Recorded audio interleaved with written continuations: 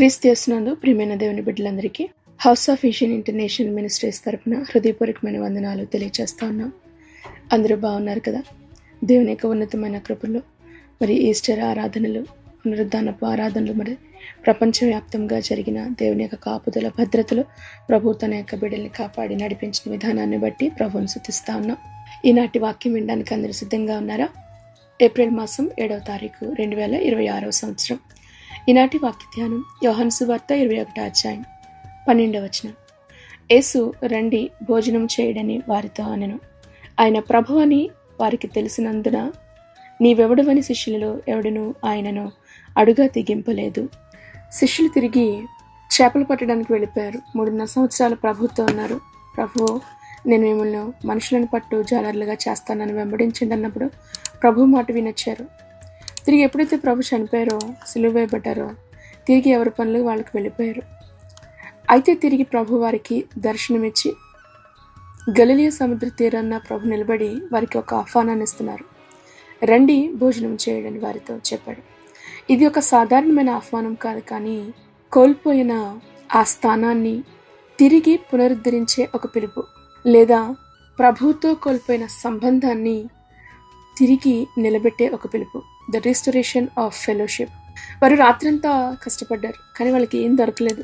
కనీసం బ్రేక్ఫాస్ట్ అంటే మనం మధ్యాహ్నం సాయంత్రం తినేదానికంటే మార్నింగ్ బ్రేక్ఫాస్ట్ తక్కువ తింటాం.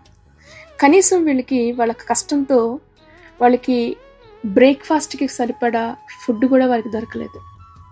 శ్రమించిన రాత్రి, నిరాశతో నింపబడిన రాత్రి. ఉదయం అయింది.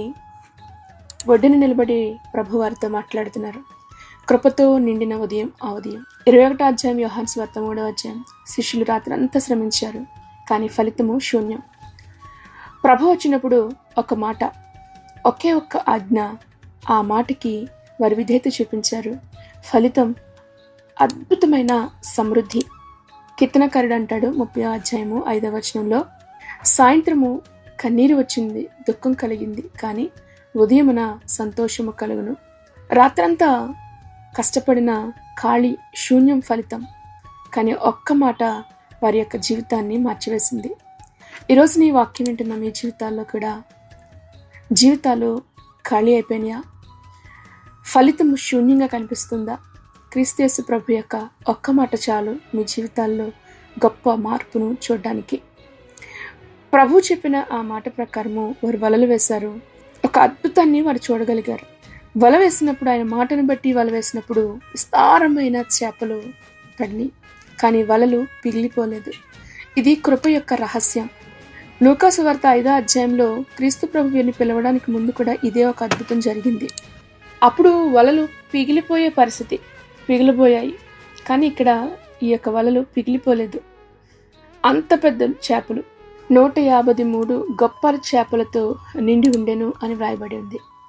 ఎంత గొప్ప అద్భుతం అంటే ఇది! అసలు వారు అటువంటి చేపల్ని అంతకుముందు వాళ్ళు చూడలేదేమో. ఆ చేపలు చాలా విలువైనవి అని చెప్పబడతా ఉంది. అవి ఎక్కువగా ఔషధాలలో, మెడిసిన్లో వాడే చేపలని కూడా కొన్ని ట్రాన్స్లేషన్స్ కూడా చెప్తా ఉన్నాయి. దేవుని యొక్క ఆశీర్వాదాలు మనకి సమృద్ధినిస్తాయి. ఆ సమృద్ధి పిగిలిపోలేనంత దీవెనతో నింపబడతాయి. అందుకే ప్రభు అంటాడు మత్తయి సువార్త 11వ అధ్యాయం 28వ వచనంలో, ప్రయాసపడి భారం మోసుకొనుచున్న సమస్త జనులారా నా యొద్దకు రండి, నేను మీకు విశ్రాంతి కలుగజేస్తాను. ఎంత కష్టపడినా ప్రభువు లేకుండా మన యొక్క కష్టానికి నెమ్మది ఉండదు, విశ్రాంతి ఉండదు, ఆశీర్వాదం ఉండదు. దేవుని యొక్క పిలుపు, దేవుని మాటకు విధేయత చూపించడంలో శ్రమ పడినా కానీ ఆ శ్రమలో మనకి గొప్ప ఆశీర్వాదాన్ని మనం చూడగలుగుతాం. 3వ మాట ప్రభు అంటున్నాడు, రండి భోజనం చేయడి, రండి భోజనం చేయడి. ఇది సహవాసపు పిలుపు. ఇక్కడ గొప్ప రహస్యం దాచబడి ఉంది. ప్రభు మొదట 21వ అధ్యాయం యోహాను సువార్తలో అన్నారు 5వ వచనంలో, పిల్లలారా భోజనమునకు మీ వద్ద ఏమైనా ఉన్నదా అని వారిని అడిగినప్పుడు వారు లేదు అని చెప్పారు. అంటే ప్రభు మొదట వారి యొక్క స్థితిని వారి నోట నుంచి ఒప్పింపజేస్తున్నాడు. కనీసం బ్రేక్ఫాస్ట్కి తినే ఫుడ్ కూడా వాళ్ళ దగ్గర లేదు. అప్పుడు ప్రభు చెప్పాడు, మీ వలలు ఇటువైపు వేయండి అనగానే వాళ్ళు వేసి విస్తారమైన చేపలను వాళ్ళు పట్టారు. ఆ చిన్న దోణుల్లో దరికి వస్తున్నారు.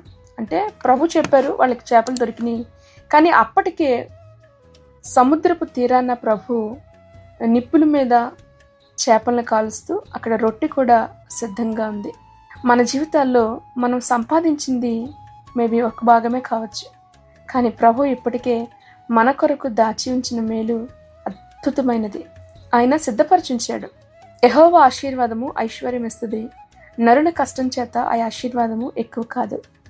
ఎఫెసీ రాసిన పత్రిక 3:20 మనలో కార్యసాధకమైన తన శక్తి చొప్పున మనము అడుగు వాటి కంటేను ఊహించు వాటి కంటేను అత్యధికంగా చేయ శక్తి కలిగిన దేవునికి అంటాడు పౌలు.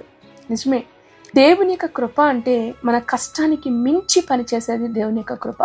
ఎప్పుడైతే వీరు వడ్డీకొచ్చారో, చేపలు విస్తారంగా పడినాయో, వారు శిష్యుల్లో ఎవరు కూడా నీవెవరువు అన్న ప్రశ్న అడగలేదు.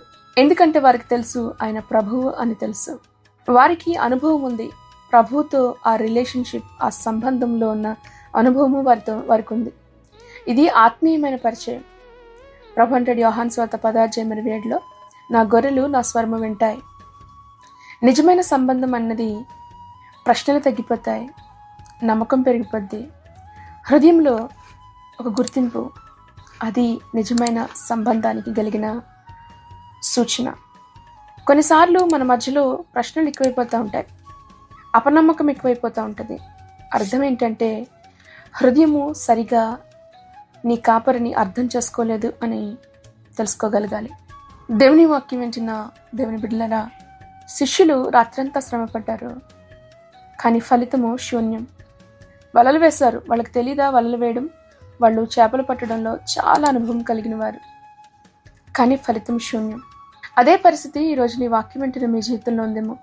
ఎంత ప్రయత్నం చేస్తున్నా ఫలితం రావటం లేదేమో. అయితే వినండి, ప్రభువు నీకు దగ్గరలోనే, తీరంలోనే ఆయన నిలబడ్డాడు. అయితే ఆయన మాట మీరు వినగలుగుతూ ఉన్నారా?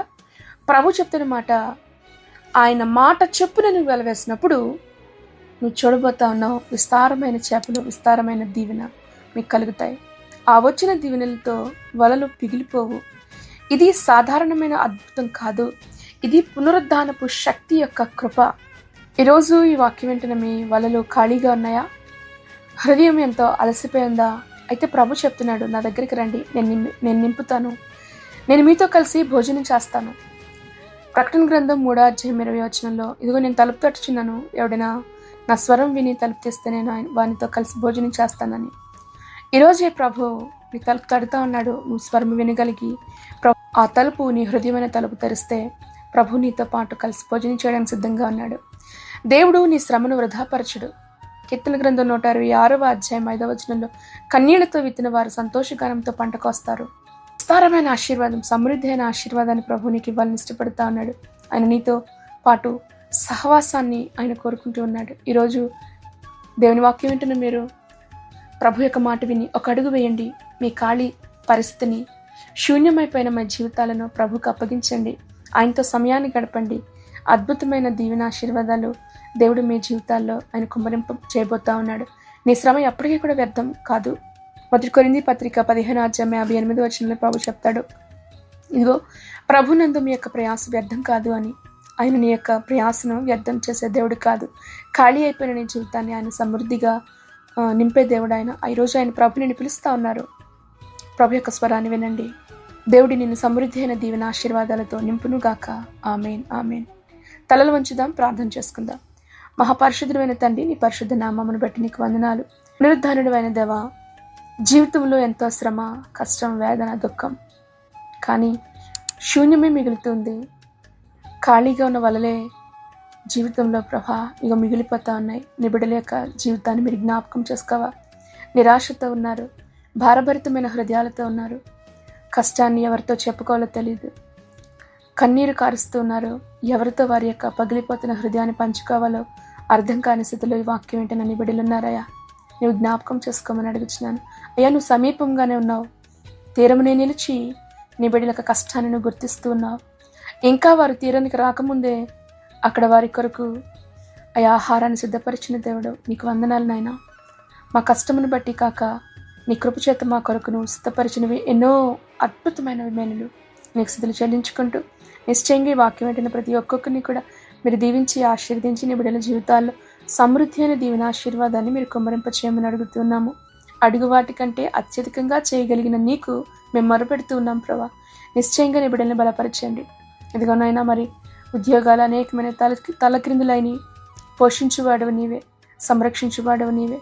కుటుంబాల యొక్క స్థితిగతులను మీరు చక్కదిద్దమని అడుగుతూ బిడ్డల యొక్క చదువుల్లో మీరు తోడేండి, నడిపించండి. భవిష్యత్తును నీవు ఆశీర్వదించి కుటుంబం యొక్క స్థితిగతులను ప్రభా నీ చేతులుగా అప్పగిస్తున్నాం. క్రైస్తవుల మీదకి వస్తున్న ప్రతి దాడి నుంచి కూడా నీ బిడ్డలను తప్పించండి.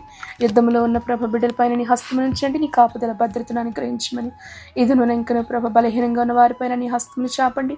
సంపూర్ణమైన బలమును ఆరోగ్యమును నీ బిడ్డలకు మీరు దయచేయండి. ఆరోగ్యంతో ఉన్న వారిని స్వస్థపరచండి, విడుదల దయచేయండి. దుఃఖంలో ఉన్న వారి యొక్క దుఃఖం సంతోషంగా మార్చమని, ఈరోజు నీ విడుదల చేసిన ప్రతి ప్రయత్నంలో కూడా మీరే తోడేండి, నడిపించి బలపరచమని ప్రభువైన యేసుక్రీస్తు నామములో ప్రార్థించి నీ బిడ్డలను ఆశీర్వదిస్తున్నాము తండ్రి. ఆమేన్, ఆమేన్, ఆమేన్.